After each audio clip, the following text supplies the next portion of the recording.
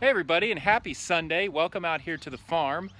Today is the feast of Saint Isidore the Farmer, our patron saint out here, and in honor of him we thought we would kick off our Summer Sunday update series. So our thought is we're going to do videos every Sunday, kind of showing you what's been going on in the past week and what we're looking forward to for the week ahead out here at the farm. So when you come out here for pumpkins in the fall, you can kind of know the story behind more of what's going on, because there's a lot that's going to happen between now and pumpkin season. So we'll get this thing started. Thanks for joining us.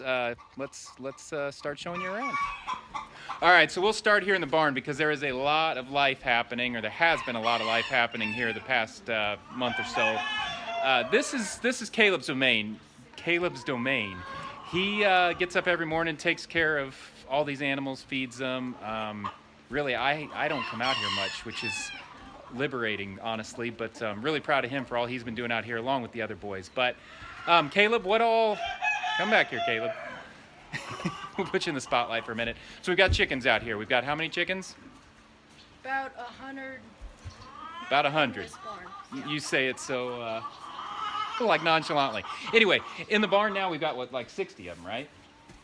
We have probably about 60 to 70 okay. in production. Laying hens, and then we started another 30 chicks we've got in our garage. We're going to be doing more eggs. We have 30 new ones in here, 40 in our garage. Oh gosh.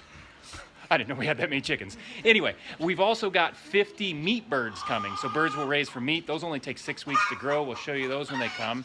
But the chickens are doing their thing. They got the coops there. We're getting a ton of eggs a day. We seem to eat them all somehow. Also, let's see, but one of the big things that's been happening over here is with our pigs. So we got Berkshire Hogs. There we go. So that is Bernadette. She had a litter of pigs about how long ago, Caleb? 3 weeks. About 3 weeks ago. Can we open that door so we can see in there better? Anyway, 3 weeks ago, she's just getting ready. There they are. We're going to wean those pigs here this week. And then we'll actually put her with the boar again, and she'll cycle about a week after we wean. And then three months, 3 weeks, 3 days from then, she'll have another litter, which will put us right about pumpkin season. So we should have little babies again like this for pumpkin season. We've also got another sow out there. You see her in the mud puddle. Can you see that out there? I probably want to see the piglets. Yeah, you don't care about the sow in the mud puddle. You want to see the piglets. So let me get in here. See if I can get them all worked up. There we go. Look at these little guys. They are growing like crazy. Really nice set of matched piglets. Look how they're all the same size. This Bernadette here has been a great mom. A lot of times we worry about the cows within their the pigs and their mothering ability, but she's been wonderful.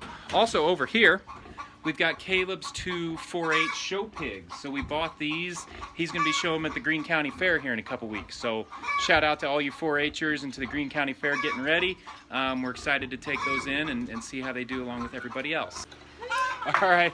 While they bring the cows in, we were just having a discussion here. We didn't realize how many chickens we have. I think that's a common problem with, or common thing with a lot of chicken farmers. Come to find out, we've got closer to 200 chickens from the math we can do. So, you will have 200 chickens by the end of this week. Glad Caleb's taking care of all that. Nathan, I'm glad you're here while they get the cows in. What else? What were you guys this week with the hay? Tell us about that real quick. You had a busy week with that. Yes. Caleb and I bought a line of hay equipment last winter, and this week was the first cutting. We cut it early so we can make hay for the cattle, because they're dairy cattle, so they need more nutrients in the winter to make good milk. All right, so they cut it early. This is the hay that came off where our parking area is for pumpkins. Cut it on Monday. We thought, sure, we'll get her dry, get her baled up. It was a real humid, hot week. You almost baled it Thursday because there was a chance of rain. They waited till Friday, thankfully. Finally got it baled, but it went pretty well. Yep. So good trial run with that. So here come the cows. We do have Miss Mabel here. Oh my goodness. Mabel died. This is Betsy. See? Yeah, this is Mabel's daughter, Betsy. So Betsy is about a year old. We're going to get her bred here pretty soon, hopefully, and she'll have a calf next spring. Here comes Miss Stella May that you all helped name.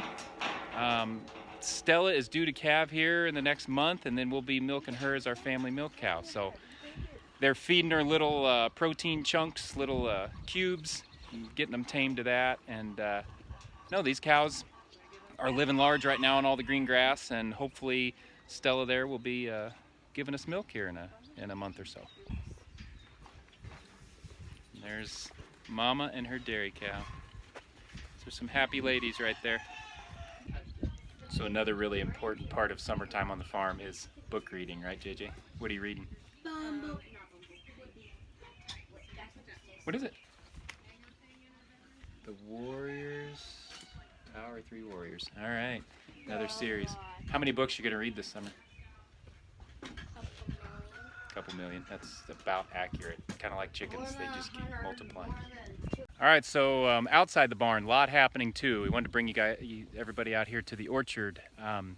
These things were in full bloom about 2 weeks ago. We had a nice long blooming season. The bees did their thing. We got a great fruit set out here. These trees are really, really progressing. But that being said, let's see, Friday we had kind of a freak thunderstorm blow up, and we got about an inch of rain and hail dumped on us here. You go about a half mile in 3 directions from here, they got absolutely nothing, but we got an inch of rain and some heavy hail, and it did some damage out here. Not just, I mean, it tore up some of the leaves. I don't know how good you'll be able to see it, but the biggest thing it did, let me see if we can focus on that. These are some little baby apples we got here, and you see that notch out of that one, and there's a bunch of little dings on this one. That's not good. That's on about, I'm saying probably 70% of the apples have dings on them, and we're hoping they heal up and the apples will still be okay. They're going to be, they're not going to, how do I want to say that? They're going to have visible scars on them come fall, but hopefully the apples will still develop all right. The other thing too is when you get hail like that, it splits the leaves open. It opens the plants up to disease and infection, just like it does for us. If we have a cut, you know, we have the chance of infection. So we did come through here and sprayed our fungicides and some insecticides to try to protect these leaves. Just like we might put Neosporin on a cut, we put fungicides on them to try to protect. But there is a pretty high risk now that we're going to be open for a lot more disease on these trees than what we would have liked. Yeah, there's lots of apples, but we did sustain a pretty direct hit there. But thankfully, yeah, look for the bright side. Thankfully that hail didn't come in, say, late August, because that would have been really bad with everything we have out here. So just stuff we get to deal with. All right, so this is our mum growing area, and there is going to be a lot happen out here in the next month or so. The mum plugs will come about the second week of June. Before then, you'll see out here we've got our some of our tubing laid out. That's going to be one of the big jobs coming up here, is setting out the whole irrigation system over everything. And getting everything set up for all those 5,000 mums. Also behind me here, you'll see the checkout bin. You remember that? We call it the checkout bin. We sold apples out of there last year. We just made the decision to turn that into a bigger concession stand. I thought I was done with projects because see behind it there, the pole barn, that's where we did all the work to open that up to you this fall. We got all that done. But this checkout bin, we're going to turn into a concession stand. Going to be a big job that I got to work in somewhere amidst growing all this stuff too. So that'll be on the list coming up. All right, so now we'll bring you out here to the field. You can see I'm out here actually standing where the pumpkin patch was last year. But behind me, this nice green mat, this is the boys' oat field. So this is where we're going to eventually plant all of our sunflowers and zinnias and things like that for you to walk through this fall. We don't need to plant those till early July, so we wanted to do something with the field. So we planted, so we planted oats, and as Ryan said, the plan is to harvest these oats and then bale up the oat straw as straw for the boys to bale that up with their line of hay equipment, and they'll be selling those bales at the patch this fall. So the oats are coming along. They're you know, behind what wheat or rye would be this time of year, but we're hoping they catch up. Hoping they'll catch up too. So swing around here. Out here in this area is where we will have our pumpkins. This will be our pumpkin patch. It's about 20 acres this year. Right now it's just bare dirt. Well, It's got last year's corn stalks on it. We'll be planting the pumpkins about the first week of June in there, so we still got a good 3 weeks from that. But we're trying to keep the weeds down out there, and you'll see out in there there's some green. We're trying some different cover crops and things. We may show that as we go along. Now, this part here, so this is where the pumpkin patch was last year. If the flagpole would have been right out in the middle out there, it's all gone. But this area is where we're growing our Indian corn, ornamental corn, and then behind me is the popcorn. Gonna be kind of hard to see. We planted the popcorn and Indian corn, what, about 2 weeks ago, guys? Yeah. And then it got cold, and then it got wet, and then it got dry. So the corn got sealed in, didn't come up real well, although it is coming through. We'll show you down here. Let's see if I can find a row. There you can see a row. So this is some of our ornamental corn that's coming up right down there. Actually coming along pretty well. This is called Wilda's Pride Indian corn, or ornamental corn. It's one of our favorites out here. We're gonna have about, I don't even know, I think it's about 3 acres of popcorn this year.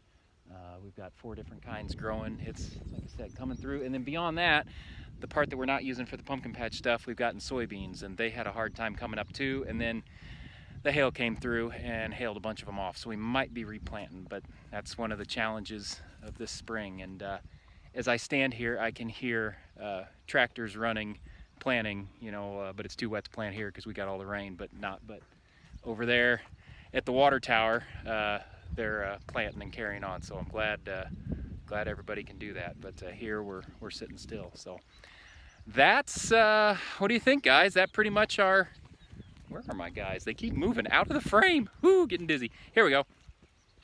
Pretty much it for right now, right? I mean, this week we'll be looking at mum irrigation. I'll probably try to work on the concession stand remodel some. We'll be spraying weeds.